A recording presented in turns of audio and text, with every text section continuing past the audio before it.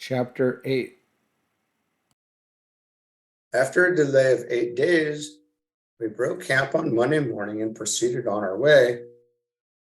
The afternoon of the third day out, we came to the bank of a larger river. The stream was about 2,000 feet wide, running bank full, and the current was at least 10 miles per hour. We were told that this stream in ordinary times could be crossed at this place without any inconvenience. We decided to camp until morning and observe the rise and fall of the water. We were informed that we would be able to cross by a bridge further upstream, but to reach this bridge would necessitate a detour of at least 4 days hard travel. We felt that if the water was receding, it would be better to wait a few days rather than undertake the long detour. It had been demonstrated to us that we would need not take any thought as to our provisions, or from the day already referred to, when our provisions were exhausted, the whole company, consisting of over 300 persons, had been supplied with an abundance of provisions from the invisible, as we call it. This supply was maintained for 64 days until we returned to the village from which we started. Thus far, none of us had any idea of the true significance or meaning of the things we were experiencing. Neither were we able to see that these things were performed by a definite law, a law that all can use. When we were assembled for breakfast the next morning, we found 5 strangers in camp. They were introduced, and it was mentioned that they were from a party that was camped on the other side of the stream and were returning from a village of our destination. Returned from the village of our destination. We thought very little of this at the time, as we naturally supposed they found a boat and had crossed in it. One of our party said, "If these people have a boat, why cannot we use it and cross the stream?" I think all of us saw this as a way out of our difficulty, but we were told that there was no boat, as the crossing was not thought to be of sufficient importance to maintain one.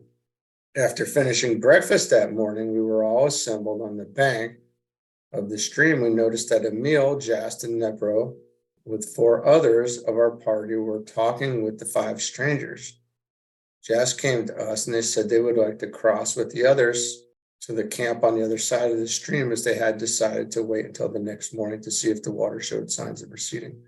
Of course, our curiosity was aroused, and we thought it rather foolhardy to attempt to swim a stream as swift as the one before us, just to make a friendly call upon a neighbor. We felt that swimming was the only way the crossing could be accomplished. When Jastri joined the group, the 12, fully dressed, walked to the bank of the stream and with the utmost composure stepped on the water, not into it. I never shall forget my feelings as I saw each of those 12 men step from solid ground upon the running water. I held my breath, expected, of course, to see them plunge beneath and disappear. I found afterwards that that was the thought of all our party. At the time, I think each of us held his breath until they were all past midstream. So astonished were we to see that those 12 men, walking calmly across the surface of the stream without the least inconvenience, and not sinking below the soles of their sandals, they stepped from the water to the farther bank. I felt that tons of weight had been lifted off my shoulders, and I believe this was the feeling of every one of our party, judging from the size of relief, as the last man stepped ashore. It certainly was an experience that words fail to describe. The 7 belonging to our party returned for lunch. While the excitement was not so intense at the second crossing, every one of us breathed more freely when the 7 were safe ashore again. Not one of our party had left the bank of the stream that forenoon. There was very little discussion regarding what we had witnessed, so engrossed were we with our own thoughts. The second day, the company was toiling up the steep side of a mountain, the hot sun pouring down upon us, when our chief, who had said but little during the last 2 days, suddenly remarked, "Boys, why is it that man is obliged to crawl and grovel over this earth?" We answered in chorus, that he had voiced our thoughts exactly. We went on to say, how is it, if a few were able to do the things that we have seen accomplished, that all men cannot accomplish the same things? How is it that man is content to crawl, and not only content to crawl, but is obliged to do so? If man was given dominion over all things, he was certainly given power to fly above the birds. If this is his dominion, why has he not asserted this dominion long ago? The fault must certainly be in man's own mind.